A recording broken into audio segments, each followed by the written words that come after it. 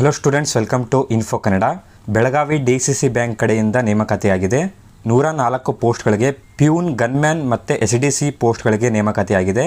Second division clerk ಅಂತ ಏನು ಹೇಳ್ತೀವಲ್ಲ, SDC, peon, gunman, second division clerk ಹುದ್ದೆಗಳಿಗೆ ಅಧಿಸೂಚನೆ ಆಗಿದ್ದು, ಈ ಒಂದು ವಿಡಿಯೋದಲ್ಲಿ DCC ಬ್ಯಾಂಕ್ ಬೆಳಗಾವಿ ರಿಕ್ರೂಟ್ಮೆಂಟ್ಗೆ ಅಪ್ಲೈಯನ್ನು ಮಾಡುವುದು ಹೇಗೆ ಅಂತ ಕಂಪ್ಲೀಟಾಗಿ ಡಿಸ್ಕಸ್ ಮಾಡೋಣ. ಯಾವ ರೀತಿ ಅಪ್ಲಿಕೇಶನ್ ಫಾರ್ಮ್ ಇರುತ್ತೆ, ಯಾವ ರೀತಿ ಫಿಲ್ ಮಾಡುವುದಂತ ಫುಲ್ ಡೀಟೇಲ್ ಆಗಿ ಸ್ಟೆಪ್ ಬೈ ಸ್ಟೆಪ್ ಈ ಒಂದು ವಿಡಿಯೋಲಿ ನೋಡೋಣ. ಮತ್ತು ಈ ಒಂದು ಹುದ್ದೆಯ ನೋಟಿಫಿಕೇಷನ್ ಹಾಗೂ ಎಲ್ಲ ಡೀಟೇಲ್ಸ್ ಬಂದು ನಿಮಗೆ ನಮ್ಮ ಒಂದು ವೆಬ್ಸೈಟಲ್ಲಿ ಇರುತ್ತೆ. ಡಿಸ್ಕ್ರಿಪ್ಷನಲ್ಲಿ ಲಿಂಕ್ ಇರುತ್ತೆ. ಲಿಂಕನ್ನು ಕ್ಲಿಕ್ ಮಾಡಿಕೊಂಡು ನೀವು ಎಲ್ಲ ನೋಟಿಫಿಕೇಷನ್ ಡೀಟೇಲ್ಸನ್ನು ಮತ್ತು ಅಪ್ಲೈ ಲಿಂಕು ಕೂಡ ನಿಮಗೆ ಅಲ್ಲೇ ಸಿಗುತ್ತೆ. ಎಲ್ಲ ಡೀಟೇಲ್ಸನ್ನು ತಿಳ್ಕೊಳ್ಳಿ. ಓಕೆ, ವಿಡಿಯೋನ ಶುರು ಮಾಡೋದಕ್ಕಿಂತ ಮುಂಚೆ ನೀವೇನಾದರೂ ನಮ್ಮ ಚಾನಲ್ಗೆ ಹೊಸದಾಗಿ ವಿಸಿಟ್ ಮಾಡ್ತಾ ಇದ್ದರೆ ಈ ಕೂಡಲೇ ಚಾನಲ್ಗೆ ಸಬ್ಸ್ಕ್ರೈಬ್ ಆಗಿ ಹಾಗೂ ವಿಡಿಯೋಗೊಂದು ಲೈಕ್ ಮಾಡಿ. ಮತ್ತು ನಮ್ಮ ಟೆಲಿಗ್ರಾಮ್ ಚಾನಲ್ಗೆ ಏನಾದರೂ ಜಾಯ್ನ್ ಆಗಿಲ್ಲ ಅಂದರೆ ಡಿಸ್ಕ್ರಿಪ್ಷನಲ್ಲಿ ಟೆಲಿಗ್ರಾಮ್ ಚಾನಲ್ ಲಿಂಕ್ ಇರುತ್ತೆ. ಆ ಒಂದು ಲಿಂಕ್ ಮೇಲೆ ನೀವು ಕ್ಲಿಕ್ ಮಾಡ್ಕೊಂಡ್ಬಿಟ್ಟು ಟೆಲಿಗ್ರಾಮ್ ಚಾನಲ್ಗೆ ಜಾಯ್ನ್ ಆಗಬೇಕಾಗತ್ತೆ. ಓಕೆ, ಬನ್ನಿ ವಿಡಿಯೋನ ಶುರು ಮಾಡೋಣ. ಓಕೆ, ಈ ಒಂದು DCC ಬ್ಯಾಂಕ್ ಹುದ್ದೆಗಳಿಗೆ ಅರ್ಜಿಯನ್ನು ಸಲ್ಲಿಸುವುದಕ್ಕೆ ನೀವು ಸಿಂಪ್ಲಿ ಬ್ರೌಸರ್ಲಿ ಬೆಳಗಾವಿ DCC ಬ್ಯಾಂಕ್ ಅಂತ ಸರ್ಚ್ ಮಾಡ್ಕೊಳ್ಳಿ. ಸರ್ಚ್ ಮಾಡ್ಕೊಂಡ ನಂತರ ನಿಮಗೆ ಇಲ್ಲಿ ಮೊದಲನೇದಾಗಿ Belagavi DCC bank official website ಬಂದು ಶೋ ಆಗುತ್ತೆ. ಸಿಂಪ್ಲಿ ಈ ಒಂದು ವೆಬ್ಸೈಟ್ ಮೇಲೆ ನೀವು ಕ್ಲಿಕ್ ಮಾಡ್ಕೊಳ್ಳಿ. ಓಕೆ, ವೆಬ್ಸೈಟನ್ನು ಸೆಲೆಕ್ಟ್ ಮಾಡ್ಕೊಂಡ ನಂತರ ನಿಮಗೆ ಅಫಿಷಿಯಲ್ ವೆಬ್ಸೈಟ್ ಬಂದು ಓಪನ್ ಆಗುತ್ತೆ. ಅಪ್ಲೈ ಮಾಡುವುದಕ್ಕೆ ಸಿಂಪ್ಲಿ ನೀವು ಇಲ್ಲಿ ರಿಕ್ರೂಟ್ಮೆಂಟ್ ಅಂತ ಇದೆಯಲ್ಲ, ಇಲ್ಲಿ ಬ್ಲಿಂಕ್ ಆಗ್ತಾ ಇದೆಯಲ್ಲ ರಿಕ್ರೂಟ್ಮೆಂಟ್ ಅಂತ ಹೇಳಿ, ಈ ಒಂದು ರಿಕ್ರೂಟ್ಮೆಂಟ್ ಮೇಲೆ ನೀವು ಕ್ಲಿಕ್ ಮಾಡ್ಕೊಳ್ಳಿ. ಓಕೆ, ಕ್ಲಿಕ್ ಮಾಡ್ಕೊಂಡ ನಂತರ ನಿಮಗೆ ಡೈರೆಕ್ಟಾಗಿ ಅಪ್ಲಿಕೇಶನ್ ಫಾರಮ್ ಪೇಜ್ ಓಪನ್ ಆಗುತ್ತೆ. ಈ ರೀತಿ ನಿಮಗೆ ಓಪನ್ ಆಗುತ್ತೆ. ಸೊ ಸಿಂಪ್ಲಿ ನೀವು ಇಲ್ಲಿ ಕೆಳಗಡೆ ಸ್ಕ್ರಾಲ್ ಮಾಡ್ಕೊಳ್ಳಿ. ಕೆಳಗಡೆ ಸ್ಕ್ರಾಲ್ ಮಾಡ್ಕೊಂಡ ನಂತರ ನಿಮಗೆ ನೀವು ಇಲ್ಲಿ ನೋಡ್ಬೋದು, ಇಲ್ಲಿ ನೀವು ಅಪ್ಲೈ ಮಾಡುವುದಕ್ಕೆ ನೀವು ರಿಜಿಸ್ಟ್ರೇಷನನ್ನು ಆಗಬೇಕಾಗತ್ತೆ. ನೀವು ರಿಜಿಸ್ಟರ್ ಆಗಿ ಲಾಗಿನ್ ಆಗಿ ಅಪ್ಲೈ ಮಾಡುವ ಪ್ರೊಸೆಸ್ ಇರುತ್ತೆ. ಸಿಂಪ್ಲಿ ನೀವು ರಿಜಿಸ್ಟರ್ ಆಗೋದಕ್ಕೆ ನ್ಯೂ ರಿಜಿಸ್ಟ್ರೇಷನ್ ಅಂತ ಇದೆಯಲ್ಲ, ಈ ಒಂದು ನ್ಯೂ ರಿಜಿಸ್ಟ್ರೇಷನ್ ಮೇಲೆ ನೀವು ಕ್ಲಿಕ್ ಮಾಡ್ಕೊಳ್ಳಿ. ಓಕೆ, ಕ್ಲಿಕ್ ಮಾಡ್ಕೊಂಡ ನಂತರ ನಿಮಗೆ ಈ ರೀತಿ ಫಾರಮ್ ಪೇಜ್ ಓಪನ್ ಆಗುತ್ತೆ. ಓಕೆ, ಓಪನ್ ಆದ ನಂತರ ಸಿಂಪ್ಲಿ ಇಲ್ಲಿ ಮೊದಲನೇದಾಗಿ ನೇಮ್ ಆಫ್ ದಿ ಕ್ಯಾಂಡಿಡೇಟ್ ಅಂತ ಇದೆಯಲ್ಲ, ನಿಮ್ಮ ಒಂದು ನೇಮನ್ನು ಫಿಲ್ ಮಾಡ್ಕೊಳ್ಳಿ. 10th ಸ್ಟ್ಯಾಂಡರ್ಡಲ್ಲಿ ಇರುವಾಗ ಮಾರ್ಕ್ಸ್ ಕಾರ್ಡಲ್ಲಿ ಇರುವಾಗ ನಿಮ್ಮ ಒಂದು ನೇಮನ್ನು ಫಿಲ್ ಮಾಡ್ಕೊಳ್ಳಿ. ಅದೇ ರೀತಿ ಫಾದರ್ಸ್ ನೇಮ್ ಅಂತ ಇದೆಯಲ್ಲ, ಫಾದರ್ ನೇಮನ್ನು ಫಿಲ್ ಮಾಡ್ಕೊಳ್ಳಿ. ಮದರ್ಸ್ ನೇಮ್ ಅಂತ ಇದೆಯಲ್ಲ, ಮದರ್ಸ್ ನೇಮನ್ನು ಫಿಲ್ ಮಾಡ್ಕೊಳ್ಳಿ. ಅದಾದ ನಂತರ ಸ್ಪೌಸ್ ನೇಮ್ ಅಂತ ಇದೆಯಲ್ಲ, ನಿಮಗೇನಾದರೂ ಮ್ಯಾರೇಜ್ ಆಗಿದ್ದರೆ ಸ್ಪೌಸ್ ನೇಮನ್ನು ನೀವು ಫಿಲ್ ಮಾಡಬಹುದು. ಅದಾದ ನಂತರ ಡೇಟ್ ಆಫ್ ಬರ್ತ್ ಅಂತ ಇದೆಯಲ್ಲ, ಡೇಟ್ ಆಫ್ ಬರ್ತನ್ನು ಸೆಲೆಕ್ಟ್ ಮಾಡ್ಕೊಳ್ಳಿ. ಓಕೆ, ಡೇಟ್ ಆಫ್ ಬರ್ತನ್ನು ಸೆಲೆಕ್ಟ್ ಮಾಡ್ಕೊಂಡ ನಂತರ ಜೆಂಡರ್ ಅಂತ ಇದೆಯಲ್ಲ, ಇಲ್ಲಿ ನೀವು ಜೆಂಡರನ್ನು ಸೆಲೆಕ್ಟ್ ಮಾಡ್ಕೊಳ್ಳಿ. ಅದಾದ ನಂತರ ಆಧಾರ್ ನಂಬರ್ ಅಂತ ಇದೆಯಲ್ಲ, ನಿಮ್ಮ ಒಂದು ಆಧಾರ್ ಕಾರ್ಡ್ ನಂಬರನ್ನು ಫಿಲ್ ಮಾಡ್ಕೊಳ್ಳಿ. ಅದಾದ ನಂತರ ಮೊಬೈಲ್ ನಂಬರ್ ಅಂತ ಇದೆಯಲ್ಲ, ಮೊಬೈಲ್ ನಂಬರನ್ನು ಫಿಲ್ ಮಾಡ್ಕೊಳ್ಳಿ. ಓಕೆ, ಅದಾದ ನಂತರ ಕೊನೆಯದಾಗಿ ಇಮೇಲ್ ID ಅಂತ ಇದೆಯಲ್ಲ, ನಿಮ್ಮ ಒಂದು ಇಮೇಲ್ IDಯನ್ನು ಫಿಲ್ ಮಾಡ್ಕೊಳ್ಳಿ. ಆ್ಯಕ್ಟಿವ್ ಇಮೇಲ್ IDಯನ್ನು ನೀವು ಫಿಲ್ ಮಾಡ್ಕೊಳ್ಳಿ. ಓಕೆ, ಇಮೇಲ್ IDಯನ್ನು ಫಿಲ್ ಮಾಡ್ಕೊಂಡ ನಂತರ ಸಿಂಪ್ಲಿ ಇಲ್ಲಿ ಶೋ ಆಗಿರುವಂಥ ಕ್ಯಾಪ್ಚನ ಎಂಟರ್ ಮಾಡ್ಕೊಳ್ಳಿ. ಓಕೆ, ಕ್ಯಾಪ್ಚನ ಎಂಟರ್ ಮಾಡಿಕೊಂಡು ಕೆಳಗಡೆ ಡಿಕ್ಲರೇಷನ್ ಇರುತ್ತೆ, ಒಂದು ಡಿಕ್ಲರೇಷನನ್ನು ಸೆಲೆಕ್ಟ್ ಮಾಡಿಕೊಂಡು ಕೆಳಗಡೆ ಸಬ್ಮಿಟ್ ಅಂತ ಇದೆಯಲ್ಲ, ಈ ಒಂದು ಸಬ್ಮಿಟ್ ಮೇಲೆ ನೀವು ಕ್ಲಿಕ್ ಮಾಡ್ಕೊಳ್ಳಿ. ಓಕೆ, ಸಬ್ಮಿಟ್ ಮೇಲೆ ಕ್ಲಿಕ್ ಮಾಡ್ಕೊಂಡ ನಂತರ ನಿಮಗೆ ಈ ರೀತಿ ಕನ್ಫರ್ಮ್ ಕೇಳ್ತಾರೆ. ಇಲ್ಲಿ ನೀವು ಕನ್ಫರ್ಮ್ ಮೇಲೆ ಕ್ಲಿಕ್ ಮಾಡ್ಕೊಳ್ಳಿ. ಓಕೆ, ಕನ್ಫರ್ಮ್ ಮೇಲೆ ಕ್ಲಿಕ್ ಮಾಡ್ಕೊಂಡ ನಂತರ ರಿಜಿಸ್ಟ್ರೇಷನ್ ಸಕ್ಸಸ್ಫುಲ್ ಆಗುತ್ತೆ. ರಿಜಿಸ್ಟ್ರೇಷನ್ ID ಪಾಸ್ವರ್ಡ್ ಬಂದು ಇಲ್ಲಿ ಶೋ ಆಗುತ್ತೆ. ಈ ಒಂದು ರಿಜಿಸ್ಟ್ರೇಷನ್ ID ಮತ್ತು ಪಾಸ್ವರ್ಡನ್ನು ನೀವು ನೋಟ್ ಮಾಡ್ಕೊಳ್ಳಿ. ನಿಮ್ಮ ಒಂದು ಮೊಬೈಲ್ ನಂಬರ್ಗೂ ಕೂಡ ರಿಜಿಸ್ಟ್ರೇಷನ್ ID ಪಾಸ್ವರ್ಡ್ ಬಂದು ಸೆಂಡ್ ಆಗಿರುತ್ತೆ. ಅಲ್ಲಿಯೂ ಕೂಡ ನೋಡಿಕೊಂಡು ನೀವು ಲಾಗಿನ್ ಆಗ್ಬೋದು. ಸಿಂಪ್ಲಿ ಈ ರೀತಿ ನಿಮಗೆ ರಿಜಿಸ್ಟ್ರೇಷನ್ ID ಪಾಸ್ವರ್ಡ್ ಬರುತ್ತೆ. ಸಿಂಪ್ಲಿ ನೀವು ಇಲ್ಲಿ ಕನ್ಫರ್ಮ್ ಅಂತ ಇದೆಯಲ್ಲ, ಈ ಒಂದು ಕನ್ಫರ್ಮ್ ಮೇಲೆ ಕ್ಲಿಕ್ ಮಾಡ್ಕೊಳ್ಳಿ. ಓಕೆ, ಕನ್ಫರ್ಮ್ ಮೇಲೆ ಕ್ಲಿಕ್ ಮಾಡ್ಕೊಂಡ ನಂತರ ನಿಮಗೆ ಈ ರೀತಿ ಪೇಜ್ ಓಪನ್ ಆಗುತ್ತೆ. ಸಿಂಪ್ಲಿ ನಿಮಗೆ ಇಲ್ಲಿ 3 ಪೋಸ್ಟರ್ ಶೋ ಆಗಿರುತ್ತೆ. ಸೆಕೆಂಡ್ ಡಿವಿಷನ್ ಅಸಿಸ್ಟೆಂಟ್, ಗನ್ಮ್ಯಾನ್ ಮತ್ತು ಅಟೆಂಡರ್ಸ್ ಅಂತ ಇಲ್ಲಿ ಶೋ ಆಗಿರುತ್ತೆ. ಸಿಂಪ್ಲಿ ನೀವು ಇಲ್ಲಿ ಯಾವುದಕ್ಕೆ ಅಪ್ಲೈ ಮಾಡ್ತಾ ಇದ್ದೀರಾ ಆ ಒಂದು ಪೋಸ್ಟನ್ನು ಸೆಲೆಕ್ಟ್ ಮಾಡ್ಕೊಳ್ಳಿ. ಇಲ್ಲಿ ಅಪ್ಲೈ ಅಂತ ಇದೆಯಲ್ಲ, ಈ ಒಂದು ಅಪ್ಲೈಯನ್ನು ನೀವು ಸೆಲೆಕ್ಟ್ ಮಾಡ್ಕೊಳ್ಳಿ. ಫಾರ್ ಎಕ್ಸಾಂಪಲ್ ನಾನಿಲ್ಲಿ ಸೆಕೆಂಡ್ ಡಿವಿಷನ್ ಅಸಿಸ್ಟೆಂಟ್ಗೆ ಅಪ್ಲೈ ಮಾಡ್ತಾ ಇರೋದ್ರಿಂದ ನಾನಿಲ್ಲಿ ಸೆಕೆಂಡ್ ಡಿವಿಷನ್ ಅಸಿಸ್ಟೆಂಟಲ್ಲಿ ಅಪ್ಲೈಯನ್ನು ಸೆಲೆಕ್ಟ್ ಮಾಡ್ತಾ ಇದ್ದೀನಿ. ಸಿಂಪ್ಲಿ ನೀವು ಇಲ್ಲಿ ಅಪ್ಲೈಯನ್ನು ಸೆಲೆಕ್ಟ್ ಮಾಡ್ಕೊಳ್ಳಿ. ಓಕೆ, ಅಪ್ಲೈಯನ್ನು ಸೆಲೆಕ್ಟ್ ಮಾಡ್ಕೊಂಡ ನಂತರ ನಿಮಗೆ ಅಪ್ಲಿಕೇಶನ್ ಫಾರಮ್ ಪೇಜ್ ಬಂದು ಓಪನ್ ಆಗುತ್ತೆ. ಸೊ ಇಲ್ಲಿ ನಿಮಗೆ 5 ಸ್ಟೆಪ್ಸ್ ಇರುತ್ತೆ. 5 ಸ್ಟೆಪ್ಸನ್ನು ನೀವು ಕಂಪಲ್ಸರಿ ಫಿಲ್ ಮಾಡಬೇಕಾಗತ್ತೆ. ಫಿಲ್ ಮಾಡಿದ ನಂತರ ನಿಮಗೆ ಅಪ್ಲಿಕೇಶನ್ ಪ್ರಿಂಟ್ ಬರುತ್ತೆ. ಸೊ ಮೊದಲನೇದಾಗಿ ಪರ್ಸನಲ್ ಡೀಟೇಲ್ಸ್ ಅಂತ ಇದೆಯಲ್ಲ, ಇಲ್ಲಿ ನಿಮ್ಮ ಒಂದು ಪರ್ಸನಲ್ ಡೀಟೇಲ್ಸ್ ಬಂದು ಆಟೋಮೆಟಿಕ್ಕಾಗಿ ಫೆಚ್ ಆಗಿರುತ್ತೆ. ರಿಜಿಸ್ಟ್ರೇಷನ್ ಟೈಮಲ್ಲಿ ಎಂಟರ್ ಮಾಡಿರೋದ್ರಿಂದ ಇಲ್ಲಿ ನಿಮ್ಮ ಒಂದು ಪರ್ಸನಲ್ ಡೀಟೇಲ್ಸ್ ಬಂದು ಆಟೋಮೆಟಿಕ್ಕಾಗಿ ಫೆಚ್ ಆಗಿರುತ್ತೆ. ನೀವು ಏನೂ ಡೀಟೇಲ್ಸನ್ನು ಎಂಟರ್ ಮಾಡೋ ಅವಶ್ಯಕತೆ ಇಲ್ಲ. ಸೊ ಸಿಂಪ್ಲಿ ನೀವು ಇಲ್ಲಿ ಕೆಳಗಡೆ ಸ್ಕ್ರಾಲ್ ಮಾಡ್ಕೊಳ್ಳಿ. ಓಕೆ, ಕೆಳಗಡೆ ಸ್ಕ್ರಾಲ್ ಮಾಡ್ಕೊಂಡ ನಂತರ ನೀವು ಇಲ್ಲಿ ನೋಡ್ಬೋದು ಕಾಂಟ್ಯಾಕ್ಟ್ ಡೀಟೇಲ್ಸ್ ಅಂತ ಇದೆಯಲ್ಲ, ಇಲ್ಲಿ ನಿಮ್ಮ ಒಂದು ಕಾಂಟ್ಯಾಕ್ಟ್ ಡೀಟೇಲ್ಸನ್ನು ಫಿಲ್ ಮಾಡಬೇಕಾಗತ್ತೆ. ಮೊದಲನೇದಾಗಿ ಕಮ್ಯುನಿಕೇಷನ್ ಡೀಟೇಲ್ಸ್ ಅಂತ ಇದೆಯಲ್ಲ, ಇಲ್ಲಿ ನಿಮ್ಮ ಒಂದು ಕಮ್ಯುನಿಕೇಷನ್ ಡೀಟೇಲ್ಸನ್ನು ಫಿಲ್ ಮಾಡ್ಕೊಳ್ಳಿ. ಫ್ಲ್ಯಾಟ್ ಹೌಸ್ ನಂಬರ್ ಅಂತ ಇದೆ, ಫ್ಲ್ಯಾಟ್ ಹೌಸ್ ನಂಬರನ್ನು ಫಿಲ್ ಮಾಡ್ಕೊಳ್ಳಿ. ಏರಿಯಾ, ಸ್ಟ್ರೀಟ್, ವಿಲೇಜ್ ಅಂತ ಇದೆ, ನಿಮ್ಮ ವಿಲೇಜ್ ನೇಮನ್ನು ಫಿಲ್ ಮಾಡ್ಕೊಳ್ಳಿ. ಅಥವಾ ಸ್ಟ್ರೀಟ್ ಇದ್ದರೆ ಸ್ಟ್ರೀಟ್ ನೇಮನ್ನು ಫಿಲ್ ಮಾಡ್ಕೊಳ್ಳಿ. ಅದೇ ರೀತಿ taluk, state, district pin code ನೀವು ಇಲ್ಲಿ ಫಿಲ್ ಮಾಡ್ಕೊಳ್ಳಿ. ಕಮ್ಯುನಿಕೇಷನ್ ಅಡ್ರೆಸ್ಸಲ್ಲಿ ನಿಮ್ಮ ಒಂದು ಕಮ್ಯುನಿಕೇಷನ್ ಅಡ್ರೆಸ್ ಡೀಟೇಲ್ಸನ್ನು ನೀವು ಇಲ್ಲಿ ಫಿಲ್ ಮಾಡ್ಕೊಳ್ಳಿ. ಓಕೆ, ಅದಾದ ನಂತರ ನಿಮಗೆ ಕೆಳಗಡೆ ಪರ್ಮನೆಂಟ್ ಅಡ್ರೆಸ್ ಸೇಮ್ ಆ್ಯಸ್ ಅಬೋ ಅಂತ ಕೇಳಿದರೆ ನಿಮ್ಮ ಒಂದು ಕಮ್ಯುನಿಕೇಷನ್ ಅಡ್ರೆಸ್ ಮತ್ತು ಪರ್ಮನೆಂಟ್ ಅಡ್ರೆಸ್ ಎರಡೂ ಅಡ್ರೆಸ್ ಸೇಮ್ ಆಗಿದ್ದರೆ ನೀವು ಇಲ್ಲಿ ಎಸ್ಸನ್ನು ಸೆಲೆಕ್ಟ್ ಮಾಡ್ಕೊಳ್ಳಿ. ಅಥವಾ ಬೇರೆ ಬೇರೆ ಅಡ್ರೆಸ್ ಆಗಿದ್ದರೆ ನೀವು ನೋ ಅನ್ನು ಸೆಲೆಕ್ಟ್ ಮಾಡಿಕೊಂಡು ನಿಮ್ಮ ಒಂದು ಪರ್ಮನೆಂಟ್ ಅಡ್ರೆಸ್ಸನ್ನು ನೀವು ಫಿಲ್ ಮಾಡಬೇಕಾಗತ್ತೆ. ಓಕೆ, ಅದಾದ ನಂತರ are you a well acquainted with reading, writing and speaking Kannada language ಅಂತ ಕೇಳಿದ್ದಾರೆ. ನಿಮಗೆ ಕನ್ನಡ ಲ್ಯಾಂಗ್ವೇಜ್ ಓದುವುದಕ್ಕೆ, ಬರೆಯುವುದಕ್ಕೆ ಮತ್ತು ಮಾತನಾಡುವುದಕ್ಕೆ ಫ್ಲೂಯೆಂಟ್ ಆಗಿ ಬರುತ್ತಾ ಅಂತ ಕೇಳಿದ್ದಾರೆ. ನಿಮಗೆ ಕನ್ನಡ ಲ್ಯಾಂಗ್ವೇಜ್ ಓದುವುದಕ್ಕೆ, ಬರೆಯುವುದಕ್ಕೆ ಮತ್ತು ಮಾತನಾಡುವುದಕ್ಕೆ ಅಕ್ಯುರೇಟಾಗಿ ಬರಬೇಕಾಗತ್ತೆ. ಸೊ ನೀವಿಲ್ಲಿ ಇದು ಮ್ಯಾಂಡೇಟರಿ ಇದೆ, ನೀವಿಲ್ಲಿ ಎಸ್ಸನ್ನು ಸೆಲೆಕ್ಟ್ ಮಾಡಬೇಕಾಗತ್ತೆ. ಓಕೆ, ಎಸ್ಸನ್ನು ಸೆಲೆಕ್ಟ್ ಮಾಡ್ಕೊಂಡ ನಂತರ ನ್ಯಾಷನಾಲಿಟಿ ಅಂತ ಇದೆಯಲ್ಲ, ಇಲ್ಲಿ ನಿಮ್ಮ ಒಂದು ನ್ಯಾಷನಾಲಿಟಿನ ನೀವು ಸೆಲೆಕ್ಟ್ ಮಾಡ್ಕೊಳ್ಳಿ. ಅಂದರೆ ಇಂಡಿಯಾನ ಸೆಲೆಕ್ಟ್ ಮಾಡ್ಕೊಳ್ಳಿ, ಇಂಡಿಯನ್ ಅಂತ ಸೆಲೆಕ್ಟ್ ಮಾಡ್ಕೊಳ್ಳಿ. ಅದಾದ ನಂತರ ರಿಲಿಜಿಯನ್ ಅಂತ ಇದೆಯಲ್ಲ, ಇಲ್ಲಿ ನಿಮ್ಮ ಒಂದು ರಿಲಿಜಿಯನನ್ನು ನೀವು ಸೆಲೆಕ್ಟ್ ಮಾಡ್ಕೊಳ್ಳಿ. ನಿಮ್ಮ ಒಂದು ರಿಲಿಜಿಯನನ್ನು ನೀವು ಸೆಲೆಕ್ಟ್ ಮಾಡ್ಕೊಳ್ಳಿ. ಓಕೆ, ಅದಾದ ನಂತರ ನೆಕ್ಸ್ಟ್ ಸ್ಟೆಪ್ಪಲ್ಲಿ ಫೋಟೋ ಆ್ಯಂಡ್ ಸಿಗ್ನೇಚರ್ ಡೀಟೇಲ್ಸ್ ಅಂತ ಇದೆಯಲ್ಲ, ಇಲ್ಲಿ ನಿಮ್ಮೊಂದು ಫೋಟೋ ಹಾಗೂ ಸಿಗ್ನೇಚರ್ನ ಅಪ್ಲೋಡ್ ಮಾಡಬೇಕಾಗತ್ತೆ. ಸೊ ಸಿಂಪ್ಲಿ ಇಲ್ಲಿ ಮೊದಲನೇದಾಗಿ ಅಪ್ಲೋಡ್ ಫೋಟೋ ಅಂತ ಇದೆಯಲ್ಲ, ನಿಮ್ಮೊಂದು ಪಾಸ್ಪೋರ್ಟ್ ಸೈಜ್ ಫೋಟೋನ ಅಪ್ಲೋಡ್ ಮಾಡಬೇಕಾಗತ್ತೆ. ಫೋಟೋ ಸೈಜ್ ಬಂದು 100 KB ಒಳಗಡೆ ಇರಬೇಕಾಗತ್ತೆ.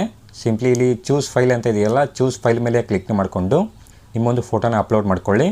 ಅದೇ ರೀತಿ ಅಪ್ಲೋಡ್ ಸಿಗ್ನೇಚರ್ ಅಂತ ಇದೆಯಲ್ಲ, ಸಿಗ್ನೇಚರ್ ಸೈಜ್ ಬಂದು 50 KB ಕಡಿಮೆ ಇರಬೇಕಾಗತ್ತೆ. ಚೂಸ್ ಫೈಲ್ ಮೇಲೆ ಕ್ಲಿಕ್ ಮಾಡಿಕೊಂಡು ನಿಮ್ಮ ಒಂದು ಫೋಟೋ ಮತ್ತು ಸಿಗ್ನೇಚರ್ನ ಅಪ್ಲೋಡ್ ಮಾಡ್ಕೊಳ್ಳಿ. ಓಕೆ, ಫೋಟೋ ಆ್ಯಂಡ್ ಸಿಗ್ನೇಚರ್ನ ಅಪ್ಲೋಡ್ ಮಾಡ್ಕೊಂಡ ನಂತರ ಸಿಂಪ್ಲಿ ಕೆಳಗಡೆ ಸಬ್ಮಿಟ್ ಅಂತ ಇದೆಯಲ್ಲ, ಈ ಒಂದು ಸಬ್ಮಿಟ್ ಮೇಲೆ ನೀವು ಕ್ಲಿಕ್ನ ಮಾಡ್ಕೊಳ್ಳಿ. ಓಕೆ, ಸಬ್ಮಿಟ್ ಮೇಲೆ ಕ್ಲಿಕ್ನ ಮಾಡ್ಕೊಂಡ ನಂತರ ಸೆಕೆಂಡ್ ಸ್ಟೆಪ್ ಬಂದು ಓಪನ್ ಆಗುತ್ತೆ. ಸೆಕೆಂಡ್ ಸ್ಟೆಪ್ಪಲ್ಲಿ ಡಿಗ್ರಿ ಕ್ವಾಲಿಫಿಕೇಷನ್ ಡೀಟೇಲ್ಸ್ ಅಂತ ಇದೆಯಲ್ಲ, ನಾವು ಸೆಲೆಕ್ಟ್ ಮಾಡಿರುವಂಥ ಪೋಸ್ಟ್ ಬಂದು FDA ಆಗಿರೋದ್ರಿಂದ ನಿಮಗೆ ಡಿಗ್ರಿ ಕ್ವಾಲಿಫಿಕೇಷನ್ ಕಂಪಲ್ಸರಿ ಇದೆ.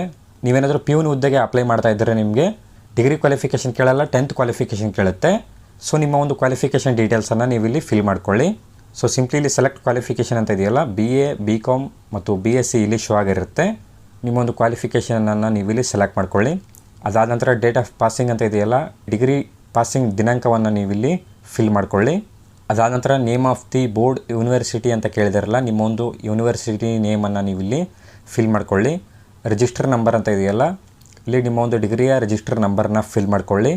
ಅದಾದ ನಂತರ ಗಳಿಸಿದ ವರ್ಗ ಅಂತ ಇದೆಯಲ್ಲ, ಕ್ಲಾಸ್ ಅಂತ ಇದೆಯಲ್ಲ, ನೀವಿಲ್ಲಿ ಫಸ್ಟ್ ಕ್ಲಾಸಾ, ಸೆಕೆಂಡ್ ಕ್ಲಾಸಾ ಅಥವಾ ಜಸ್ಟ್ ಪಾಸ್ ಆಗಿದ್ದಾರೆ ಅಂತ ನೀವಿಲ್ಲಿ ಸೆಲೆಕ್ಟ್ ಮಾಡಬೇಕಾಗತ್ತೆ. ಡಿಸ್ಟಿಂಕ್ಷನ್ ತೊಗೊಂಡಿದ್ರೆ ಡಿಸ್ಟಿಂಕ್ಷನ್ನು ಕೂಡ ನೀವು ಸೆಲೆಕ್ಟ್ ಮಾಡ್ಬೋದು. ಓಕೆ, ಅದಾದ ನಂತರ is your qualification marks card issued in grade points ಅಂತ ಕೇಳಿದರೆ, ನಿಮ್ಮೊಂದು ಡಿಗ್ರಿ ಮಾರ್ಕ್ಸ್ ಕಾರ್ಡಲ್ಲಿ ನಿಮಗೆ CGPA ಇದ್ದರೆ ನೀವಿಲ್ಲಿ ಎಸ್ಸನ್ನು ಸೆಲೆಕ್ಟ್ ಮಾಡ್ಕೊಳ್ಳಿ. ಅಥವಾ CGPA ಇರಲಿಲ್ಲ ಅಂದರೆ ನೀವಿಲ್ಲಿ ನೋವನ್ನು ಸೆಲೆಕ್ಟ್ ಮಾಡ್ಕೊಳ್ಳಿ. CGPA ಇದ್ದರೆ ನೀವು ಎಸ್ಸನ್ನು ಸೆಲೆಕ್ಟ್ ಮಾಡ್ಕೊಳ್ಳಿ ಅಥವಾ ನೋವನ್ನು ಸೆಲೆಕ್ಟ್ ಮಾಡ್ಕೊಳ್ಳಿ. ಸೆಲೆಕ್ಟ್ ಮಾಡ್ಕೊಂಡ ನಂತರ ನಿಮಗೆ ಕೆಳಗಡೆ ಟೋಟಲ್ ಮ್ಯಾಕ್ಸಿಮಮ್ ಮಾರ್ಕ್ಸ್ ಅಂತ ಇದೆಯಲ್ಲ, ಇಲ್ಲಿ ನಿಮ್ಮೊಂದು ಟೋಟಲ್ ಮ್ಯಾಕ್ಸಿಮಮ್ ಮಾರ್ಕ್ಸನ್ನು ಫಿಲ್ ಮಾಡ್ಕೊಳ್ಳಿ. ಅದಾದ ನಂತರ ಟೋಟಲ್ ಸೆಕ್ಯೂರ್ಡ್ ಮಾರ್ಕ್ಸ್ ಅಂತ ಇದೆಯಲ್ಲ, ನೀವು ತೊಗೊಂಡಿರುವಂಥ ಒಟ್ಟು ಅಂಕಗಳನ್ನು ಫಿಲ್ ಮಾಡ್ಕೊಳ್ಳಿ. ಈ ರೀತಿ ಫಿಲ್ ಮಾಡ್ಕೊಳ್ಳಿ. ಓಕೆ, ಫಿಲ್ ಮಾಡ್ಕೊಂಡ ನಂತರ ನೀವಿಲ್ಲಿ ನೋಡ್ಬೋದು ಟೋಟಲ್ ಪರ್ಸೆಂಟೇಜ್ ಬಂದು ಆಟೋಮೆಟಿಕ್ಕಾಗಿ ಫೆಚ್ ಆಗುತ್ತೆ. ನಿಮ್ಮ ಮಾರ್ಕ್ಸ್ ಮೂಲಕ ಇಲ್ಲಿ ಪರ್ಸೆಂಟೇಜ್ ಬಂದು ಆಟೋಮೆಟಿಕ್ಕಾಗಿ ಫೆಚ್ ಆಗುತ್ತೆ. ಓಕೆ, ಅದಾದ ನಂತರ do you have knowledge in computer operation and applications ಅಂತ ಕೇಳಿದರೆ, ಕಂಪ್ಯೂಟರ್ ನಾಲೆಜ್ ಕಂಪಲ್ಸರಿ ಆಗಿರುತ್ತೆ. ನೀವಿಲ್ಲಿ ಎಸ್ಸನ್ನು ಸೆಲೆಕ್ಟ್ ಮಾಡಬೇಕಾಗತ್ತೆ. ನಿಮಗೆ ಕಂಪ್ಯೂಟರ್ ನಾಲೆಜ್ ಕಂಪಲ್ಸರಿ ಇರಬೇಕಾಗತ್ತೆ ಅಪ್ಲೈ ಮಾಡೋದಕ್ಕೆ. ಸೊ ನೀವಿಲ್ಲಿ ಎಸ್ಸನ್ನು ಸೆಲೆಕ್ಟ್ ಮಾಡ್ಕೊಳ್ಳಿ. ಎಸ್ಸನ್ನು ಸೆಲೆಕ್ಟ್ ಮಾಡ್ಕೊಂಡ ನಂತರ ಸಿಂಪ್ಲಿ ಕೆಳಗಡೆ ಸಬ್ಮಿಟ್ ಅಂತ ಇದೆಯಲ್ಲ, ಈ ಒಂದು ಸಬ್ಮಿಟ್ ಮೇಲೆ ನೀವು ಕ್ಲಿಕ್ನ ಮಾಡ್ಕೊಳ್ಳಿ. ಓಕೆ, ಸಬ್ಮಿಟ್ ಮೇಲೆ ಕ್ಲಿಕ್ನ ಮಾಡ್ಕೊಂಡ ನಂತರ ನಿಮ್ಮ ಒಂದು ಕ್ವಾಲಿಫಿಕೇಷನ್ ಡೀಟೇಲ್ಸ್ ಬಂದು ಸೇವ್ ಆಗುತ್ತೆ. ಅದಾದ ನಂತರ ಕೆಟಗರಿ ಕ್ಲೈಮ್ಡ್ ಅಂತ ಇದೆಯಲ್ಲ, ಇಲ್ಲಿ ನಿಮ್ಮ ಒಂದು ಕೆಟಗರಿಯನ್ನು ಸೆಲೆಕ್ಟ್ ಮಾಡಬೇಕಾಗತ್ತೆ. GM ಇದ್ದೀರಾ, SC ಇದ್ದೀರಾ, ST ಇದ್ದೀರಾ, ಕೆಟಗರಿ 1 ಇದ್ದೀರಾ, 2A, 2B, 3A, 3B ಅಂತ ಇದೆಯಲ್ಲ, ಇಲ್ಲಿ ನಿಮ್ಮ ಒಂದು ಕೆಟಗರಿಯನ್ನು ಸೆಲೆಕ್ಟ್ ಮಾಡ್ಕೊಳ್ಳಿ. ಈ ರೀತಿ ನಿಮ್ಮ ಒಂದು ಕೆಟಗರಿಯನ್ನು ಸೆಲೆಕ್ಟ್ ಮಾಡ್ಕೊಳ್ಳಿ. ಸೆಲೆಕ್ಟ್ ಮಾಡ್ಕೊಂಡ ನಂತರ ನಿಮಗೆ ಇಲ್ಲಿ ಸಬ್ ಕ್ಯಾಸ್ಟ್ ಅಂತ ಇದೆಯಲ್ಲ, ನಿಮ್ಮ ಒಂದು ಸಬ್ ಕ್ಯಾಸ್ಟ್ ನೇಮನ್ನು ಫಿಲ್ ಮಾಡ್ಕೊಳ್ಳಿ. ನಿಮ್ಮೊಂದು ಕೆಟಗರಿಯಲ್ಲಿ ನಿಮ್ಮ ಸಬ್ ಕ್ಯಾಸ್ಟ್ ನೇಮನ್ನು ನೀವು ಇಲ್ಲಿ ಫಿಲ್ ಮಾಡ್ಕೊಳ್ಳಿ.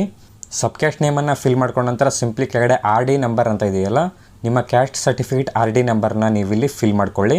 ಕ್ಯಾಸ್ಟ್ ಸರ್ಟಿಫಿಕೇಟ್ RD ನಂಬರ್ನ ನೀವಿಲ್ಲಿ ಫಿಲ್ ಮಾಡ್ಕೊಳ್ಳಿ. ಓಕೆ, RD ನಂಬರ್ನ ಎಂಟರ್ ಮಾಡ್ಕೊಂಡ ನಂತರ ಸಿಂಪ್ಲಿ ಕೆಳಗಡೆ ಸಬ್ಮಿಟ್ ಅಂತ ಇದೆಯಲ್ಲ, ಈ ಒಂದು ಸಬ್ಮಿಟ್ ಮೇಲೆ ನೀವು ಕ್ಲಿಕ್ನ ಮಾಡ್ಕೊಳ್ಳಿ. ಓಕೆ, ಸಬ್ಮಿಟ್ ಮೇಲೆ ಕ್ಲಿಕ್ನ ಮಾಡ್ಕೊಂಡ ನಂತರ ರಿಸರ್ವೇಷನ್ ಡೀಟೇಲ್ಸು ಕೂಡ ಇಲ್ಲಿ ಸೇವ್ ಆಗುತ್ತೆ. ಅದಾದ ನಂತರ ನೆಕ್ಸ್ಟ್ ಸ್ಟೆಪ್ಪಲ್ಲಿ ಡಾಕ್ಯುಮೆಂಟ್ಸ್ ಅಪ್ಲೋಡ್ ಮಾಡುವ ಪ್ರೊಸೆಸ್ ಇರುತ್ತೆ. ಇಲ್ಲಿ ನಾವು ಫೋಟೋ ಮತ್ತು ಸಿಗ್ನೇಚರ್ನ ಆಲ್ರೆಡಿ ಅಪ್ಲೋಡ್ ಮಾಡಿದ್ದೀವಿ. ಸೊ ಇಲ್ಲಿ ಫೋಟೋ ಆ್ಯಂಡ್ ಸಿಗ್ನೇಚರ್ ಶೋ ಆಗ್ತಾ ಇದೆ. ನೀವು ಇಲ್ಲಿ ಕೆಳಗಡೆ ಸ್ಕ್ರೋಲ್ ಮಾಡ್ಕೊಳ್ಳಿ. ಕೆಳಗಡೆ ಸ್ಕ್ರೋಲ್ ಮಾಡ್ಕೊಂಡ ನಂತರ ನೀವಿಲ್ಲಿ ನೋಡ್ಬೋದು ಅಪ್ಲೋಡ್ 10th ಮಾರ್ಕ್ಸ್ ಕಾರ್ಡ್ ಅಂತ ಇದೆಯಲ್ಲ, 10th ಮಾರ್ಕ್ಸ್ ಕಾರ್ಡನ್ನು ನೀವಿಲ್ಲಿ ಅಪ್ಲೋಡ್ ಮಾಡಬೇಕಾಗತ್ತೆ. ಚೂಸ್ ಫೈಲ್ ಅಂತ ಇದೆಯಲ್ಲ, 10th ಮಾರ್ಕ್ಸ್ ಕಾರ್ಡನ್ನು ಅಪ್ಲೋಡ್ ಮಾಡ್ಕೊಳ್ಳಿ. ಮಾರ್ಕ್ಸ್ ಕಾರ್ಡ್ ಸೈಜ್ ಬಂದು 150 KB ಕಡಿಮೆ ಇರಬೇಕಾಗತ್ತೆ. ಚೂಸ್ ಫೈಲ್ ಮೇಲೆ ಕ್ಲಿಕ್ ಮಾಡಿಕೊಂಡು 10th ಮಾರ್ಕ್ಸ್ ಕಾರ್ಡನ್ನು ಅಪ್ಲೋಡ್ ಮಾಡ್ಕೊಳ್ಳಿ. ಅದಾದ ನಂತರ ಅಪ್ಲೋಡ್ PUC ಅವ್ರ ಡಿಪ್ಲೊಮಾ ಸರ್ಟಿಫಿಕೇಟ್ ಅಂತ ಇದೆಯಲ್ಲ, ನಿಮ್ಮೊಂದು PUC ಮಾರ್ಕ್ಸ್ ಕಾರ್ಡನ್ನು ನೀವು ಅಪ್ಲೋಡ್ ಮಾಡ್ಕೊಳ್ಳಿ. ಸೈಜ್ ಬಂದು 150 KB ಒಳಗಡೆ ಇರಬೇಕಾಗತ್ತೆ. ಅದಾದ ನಂತರ ಅಪ್ಲೋಡ್ ಡಿಗ್ರಿ ಮಾರ್ಕ್ಸ್ ಕಾರ್ಡ್ ಅಂತ ಇದೆಯಲ್ಲ, ಇಲ್ಲಿ ನಿಮ್ಮ ಒಂದು ಡಿಗ್ರಿ ಮಾರ್ಕ್ಸ್ ಕಾರ್ಡನ್ನು ಅಪ್ಲೋಡ್ ಮಾಡ್ಕೊಳ್ಳಿ. ಇಲ್ಲಿ ಡಿಗ್ರಿ ಮಾರ್ಕ್ಸ್ ಕಾರ್ಡ್ ಅಪ್ಲೋಡ್ ಮಾಡುವಾಗ ನಿಮ್ಮ ಒಂದು ಎಲ್ಲ ಸಮ್ಮಿನ ಡಿಗ್ರಿ ಮಾರ್ಕ್ಸ್ ಕಾರ್ಡನ್ನು ನೀವು ಒಂದೇ PDF ಫೈಲ್ ಮಾಡಿ ನೀವು ಎಲ್ಲ ಸಮ್ಮಿನ ಡಿಗ್ರಿ ಮಾರ್ಕ್ಸ್ ಕಾರ್ಡನ್ನು ಅಪ್ಲೋಡ್ ಮಾಡಬೇಕಾಗತ್ತೆ. ಎಲ್ಲ ಸಮ್ಮಿನ ಡಿಗ್ರಿ ಮಾರ್ಕ್ಸ್ ಕಾರ್ಡನ್ನು ನೀವು ಇಲ್ಲಿ ಅಪ್ಲೋಡ್ ಮಾಡಬೇಕಾಗತ್ತೆ. ಅದಕ್ಕೆ ಇಲ್ಲಿ ಮ್ಯಾಕ್ಸಿಮಮ್ ಫೈಲ್ 1 MB ಅಂತ ಕೇಳಿದ್ದಾರೆ. 1 MB ಒಳಗಡೆ ನಿಮ್ಮ ಒಂದು ಡಿಗ್ರಿಯ ಎಲ್ಲ ಮಾರ್ಕ್ಸ್ ಕಾರ್ಡನ್ನು PDF ಫೈಲ್ ಮಾಡಿಕೊಂಡು ನೀವು ಇಲ್ಲಿ ಅಪ್ಲೋಡ್ ಮಾಡ್ಕೊಳ್ಳಿ. ಸಿಂಪ್ಲಿ ಚೂಸ್ ಫೈಲ್ ಮೇಲೆ ಕ್ಲಿಕ್ ಮಾಡಿಕೊಂಡು ಎಲ್ಲ ಒಂದು ಡಾಕ್ಯುಮೆಂಟ್ಸನ್ನು ನೀವು ಅಪ್ಲೋಡ್ ಮಾಡ್ಕೊಳ್ಳಿ. ಕೊನೆಯದಾಗಿ ಅಪ್ಲೋಡ್ ಕಂಪ್ಯೂಟರ್ ಸರ್ಟಿಫಿಕೇಟ್ ಅಂತ ಇದೆಯಲ್ಲ, ನಿಮ್ಮ ಹತ್ರ ಕಂಪಲ್ಸರಿ ಕಂಪ್ಯೂಟರ್ ಸರ್ಟಿಫಿಕೇಟ್ ಇರಬೇಕಾಗತ್ತೆ. ಸೊ ನೀವು ಇಲ್ಲಿ ಕಂಪ್ಯೂಟರ್ ಸರ್ಟಿಫಿಕೇಟನ್ನು ಅಪ್ಲೋಡ್ ಮಾಡಬೇಕಾಗತ್ತೆ. ಅದಾದ ನಂತರ ಕೊನೆಯದಾಗಿ ಅಪ್ಲೋಡ್ ಕ್ಯಾಟ್ ಸರ್ಟಿಫಿಕೇಟ್ ಅಂತ ಇದೆಯಲ್ಲ, ಇಲ್ಲಿ ನೀವು ನಿಮ್ಮ ಒಂದು ಕ್ಯಾಟ್ ಸರ್ಟಿಫಿಕೇಟನ್ನು ಅಪ್ಲೋಡ್ ಮಾಡಬೇಕಾಗತ್ತೆ. ಸಿಂಪ್ಲಿ ಎಲ್ಲ ಒಂದು ಡಾಕ್ಯುಮೆಂಟ್ಸನ್ನು ನೀವು ಅಪ್ಲೋಡ್ ಮಾಡ್ಕೊಳ್ಳಿ. ಓಕೆ, ಎಲ್ಲ ಡಾಕ್ಯುಮೆಂಟ್ಸನ್ನು ಅಪ್ಲೋಡ್ ಮಾಡ್ಕೊಂಡ ನಂತರ ಸಿಂಪ್ಲಿ ಕೆಳಗಡೆ ಸಬ್ಮಿಟ್ ಅಂತ ಇದೆಯಲ್ಲ, ಈ ಒಂದು ಸಬ್ಮಿಟ್ ಮೇಲೆ ನೀವು ಕ್ಲಿಕ್ನ ಮಾಡ್ಕೊಳ್ಳಿ. ಓಕೆ, ಸಬ್ಮಿಟ್ ಮೇಲೆ ಕ್ಲಿಕ್ನ ಮಾಡ್ಕೊಂಡ ನಂತರ ನೀವು ಇಲ್ಲಿವರೆಗೂ ಎಂಟರ್ ಮಾಡಿರುವಂಥ ಡೀಟೇಲ್ಸ್ ಇಲ್ಲಿ ಶೋ ಆಗುತ್ತೆ. ಅಂದರೆ ಲಾಸ್ಟಲ್ಲಿ ಡಿಕ್ಲರೇಷನ್ ಇಲ್ಲಿ ಶೋ ಆಗುತ್ತೆ. ಸೊ ನಿಮ್ಮ ಒಂದು ಎಲ್ಲ ಡೀಟೇಲ್ಸನ್ನು ಚೆಕ್ ಮಾಡಿಕೊಂಡು ಈ ರೀತಿ ಕೆಳಗಡೆ ಸ್ಕ್ರೋಲ್ ಮಾಡ್ಕೊಳ್ಳಿ. ಸಿಂಪ್ಲಿ ಈ ರೀತಿ ನಿಮ್ಮ ಎಲ್ಲ ಡೀಟೇಲ್ಸನ್ನು ಚೆಕ್ ಮಾಡ್ಕೊಳ್ಳಿ. ಡಾಕ್ಯುಮೆಂಟ್ಸ್ ಕೂಡ ನೋಡ್ಬೋದು, ಇಲ್ಲಿ ಎಲ್ಲ ಅಪ್ಲೋಡ್ ಮಾಡ್ಕೊಂಡಿದ್ದೀವಿ. ಓಕೆ, ಎಲ್ಲ ಡೀಟೇಲ್ಸನ್ನು ಚೆಕ್ ಮಾಡಿಕೊಂಡು ಸಿಂಪ್ಲಿ ಕೆಳಗಡೆ ಡಿಕ್ಲರೇಷನ್ ಅಂತ ಇದೆಯಲ್ಲ, ಇಲ್ಲಿ ಡಿಕ್ಲರೇಷನನ್ನು ಸೆಲೆಕ್ಟ್ ಮಾಡ್ಕೊಳ್ಳಿ. ಐ ಅಗ್ರಿ ಅಂತ ಇದೆಯಲ್ಲ, ಈ ಒಂದು ಐ ಅಗ್ರಿಯನ್ನು ನೀವು ಟಿಕ್ ಮಾಡ್ಕೊಳ್ಳಿ. ಟಿಕ್ ಮಾಡ್ಕೊಂಡ ನಂತರ ಸಿಂಪ್ಲಿ ಇಲ್ಲಿ ಫೈನಲ್ ಸಬ್ಮಿಟ್ ಅಂತ ಇದೆಯಲ್ಲ, ಫೈನಲ್ ಸಬ್ಮಿಟ್ ಮೇಲೆ ನೀವು ಕ್ಲಿಕ್ನ ಮಾಡ್ಕೊಳ್ಳಿ. ಕನ್ಫರ್ಮ್ ಕೇಳ್ತಾರೆ, ಕನ್ಫರ್ಮ್ನ ಕ್ಲಿಕ್ ಮಾಡ್ಕೊಳ್ಳಿ. ಕನ್ಫರ್ಮ್ ಮೇಲೆ ಕ್ಲಿಕ್ನ ಮಾಡ್ಕೊಂಡ ನಂತರ ಇಲ್ಲಿ ಅಪ್ಲಿಕೇಶನ್ ಸಬ್ಮಿಟೆಡ್ ಸಕ್ಸಸ್ಫುಲಿ ಅಂತ ಶೋ ಆಗುತ್ತೆ. ನೀವು ಇಲ್ಲಿ ನೋಡ್ಬೋದು ಸೆಕೆಂಡ್ ಡಿವಿಷನ್ ಅಸಿಸ್ಟೆಂಟ್ ಅಂತ ಇದೆಯಲ್ಲ, ಅಪ್ಲೈಡ್ ಅಂತ ಶೋ ಆಗ್ತಾ ಇದೆ. ಆ್ಯಂಡ್ ಮೇಕ್ ಪೇಮೆಂಟ್ ಅಂತ ಇದೆಯಲ್ಲ, ಇಲ್ಲಿ ನೀವು ಪೇಮೆಂಟನ್ನು ಕಂಪ್ಲೀಟ್ ಮಾಡಬೇಕಾಗತ್ತೆ. ಸಿಂಪ್ಲಿ ಇಲ್ಲಿ ಮೇಕ್ ಪೇಮೆಂಟ್ ಅಂತ ಇದೆಯಲ್ಲ, ಈ ಒಂದು ಮೇಕ್ ಪೇಮೆಂಟ್ ಮೇಲೆ ನೀವು ಕ್ಲಿಕ್ನ ಮಾಡ್ಕೊಳ್ಳಿ. ಕ್ಲಿಕ್ನ ಮಾಡ್ಕೊಂಡ ನಂತರ ಪೇಮೆಂಟ್ ಡೀಟೇಲ್ಸ್ ಇಲ್ಲಿ ಶೋ ಆಗುತ್ತೆ. ಸೊ ಅಮೌಂಟ್ ಇಲ್ಲಿ ನೋಡ್ಬೋದು 500 ರೂಪೀಸ್ ಶೋ ಆಗ್ತಾ ಇದೆ. ಸಿಂಪ್ಲಿ ಇಲ್ಲಿ ಮೇಕ್ ಪೇಮೆಂಟ್ ಅಂತ ಇದೆಯಲ್ಲ, ಈ ಒಂದು ಆಪ್ಷನನ್ನು ಸೆಲೆಕ್ಟ್ ಮಾಡಿಕೊಂಡು ನಿಮ್ಮ ಒಂದು ಪೇಮೆಂಟನ್ನು ಕಂಪ್ಲೀಟ್ ಮಾಡ್ಕೊಳ್ಳಿ. ಪೇಮೆಂಟ್ ಕಂಪ್ಲೀಟ್ ಆದ ನಂತರ ನಾನಿಲ್ಲಿ ಡೆಮೋ ಅಪ್ಲೈ ಮಾಡ್ತಾ ಇರೋದ್ರಿಂದ ಪೇಮೆಂಟನ್ನು ಮಾಡ್ತಾ ಇಲ್ಲ. ಪೇಮೆಂಟ್ ಕಂಪ್ಲೀಟ್ ಆದ ನಂತರ ನೀವು ಸಿಂಪ್ಲಿ ಇಲ್ಲಿ ಪ್ರಿಂಟ್ ಅಪ್ಲಿಕೇಶನ್ ಅಂತ ಇದೆಯಲ್ಲ, ಈ ಒಂದು ಪ್ರಿಂಟ್ ಅಪ್ಲಿಕೇಶನ್ ಮೇಲೆ ನೀವು ಕ್ಲಿಕ್ ಮಾಡಿಕೊಂಡು ನಿಮ್ಮ ಒಂದು ಅಪ್ಲಿಕೇಶನ್ ಪ್ರಿಂಟನ್ನು ಪ್ರಿಂಟ್ ತೊಗೊಳ್ಬೋದು. ಸೊ ಇದು ಫೈನಲ್ ಸ್ಟೆಪ್ ಆಗಿರುತ್ತೆ. ನಿಮ್ಮ ಒಂದು ಅಪ್ಲಿಕೇಶನನ್ನು ಪ್ರಿಂಟ್ ತೊಗೊಂಡ್ಮೇಲೆ ಫೈನಲ್ ಆಗಿ ನಿಮ್ಮ ಒಂದು ಅಪ್ಲಿಕೇಶನ್ ಬಂದು ಸಬ್ಮಿಟ್ ಆಗುತ್ತೆ. ಅಲ್ಲಿಗೆ ನಿಮ್ಮ ಒಂದು ಅಪ್ಲಿಕೇಶನ್ ಪ್ರೊಸೆಸ್ ಬಂದು ಕಂಪ್ಲೀಟ್ ಆಗುತ್ತೆ. ಸೊ ನೋಡಿಕೊಂಡು ಅಪ್ಲಿಕೇಶನ್ ಡೀಟೇಲ್ಸನ್ನು ಫಿಲ್ ಮಾಡಿಕೊಂಡು ಪೇಮೆಂಟನ್ನು ಕಂಪ್ಲೀಟ್ ಮಾಡಿಕೊಂಡು ಅಪ್ಲಿಕೇಶನ್ ಪ್ರಿಂಟ್ ತೊಗೋವರೆಗೂ ನೀವು ಲಾಗೌಟ್ ಆಗಬೇಡಿ. ಸೊ ಎಲ್ಲ ಡೀಟೇಲ್ಸನ್ನು ಚೆಕ್ ಮಾಡಿಕೊಂಡು ಪೇಮೆಂಟ್ ಮಾಡಿಕೊಂಡು ಅಪ್ಲಿಕೇಶನನ್ನು ಸಬ್ಮಿಟ್ ಮಾಡಿ. ಯಾವುದೇ ರಾಂಗ್ ಡೀಟೇಲ್ಸನ್ನು ಎಂಟರ್ ಮಾಡಬೇಡಿ. ಬೇಜಾನ್ ಟೈಮ್ ಇದೆ, ಇವತ್ತು ಶುರುವಾಗಿದೆ, ನೀವು ಡೀಟೇಲ್ಸನ್ನು ಮಿಸ್ ಮಾಡಬೇಡಿ. ಐ ಹೋಪ್ ಅಪ್ಲಿಕೇಶನ್ ಪ್ರೊಸೆಸ್ ಯಾವ ರೀತಿ ಫಿಲ್ ಮಾಡೋದು ಅಂತ ಗೊತ್ತಾಗಿದೆ ಅಂದ್ಕೊಂಡಿದ್ದೀನಿ. ಈ ಒಂದು ವಿಡಿಯೋದ ಬಗ್ಗೆ ಏನಾದರೂ ಡೌಟ್ಸ್ ಇದ್ದರೆ ಕೆಳಗಡೆ ಕಾಮೆಂಟ್ ಹಾಕಿ. ಇಲ್ಲಿಗೆ ನಿಮ್ಮ ಒಂದು ಅಪ್ಲಿಕೇಶನ್ ಪ್ರೊಸೆಸ್ ಬಂದು ಕಂಪ್ಲೀಟ್ ಆಗುತ್ತೆ. ಓಕೆ, ಐ ಹೋಪ್ ಈ ಒಂದು ವಿಡಿಯೋ ನಿಮಗೆ ಇಷ್ಟ ಆಗಿದೆ ಅಂದ್ಕೊಂಡಿದ್ದೀನಿ. ವಿಡಿಯೋ ಏನಾದರೂ ಇಷ್ಟ ಆದಲ್ಲಿ ವಿಡಿಯೋಗೊಂದು ಲೈಕ್ ಮಾಡಿ. ಚಾನಲ್ಗೆ ಏನಾದರೂ ಇನ್ನೂ ಸಬ್ಸ್ಕ್ರೈಬ್ ಆಗಿಲ್ಲ ಅಂದರೆ ಸಬ್ಸ್ಕ್ರೈಬ್ ಆಗಿ ಅಂತ ಹೇಳ್ತಾ ಮತ್ತೆ ಸಿಗೋಣ ಮುಂದಿನ ವಿಡಿಯೋಲಿ.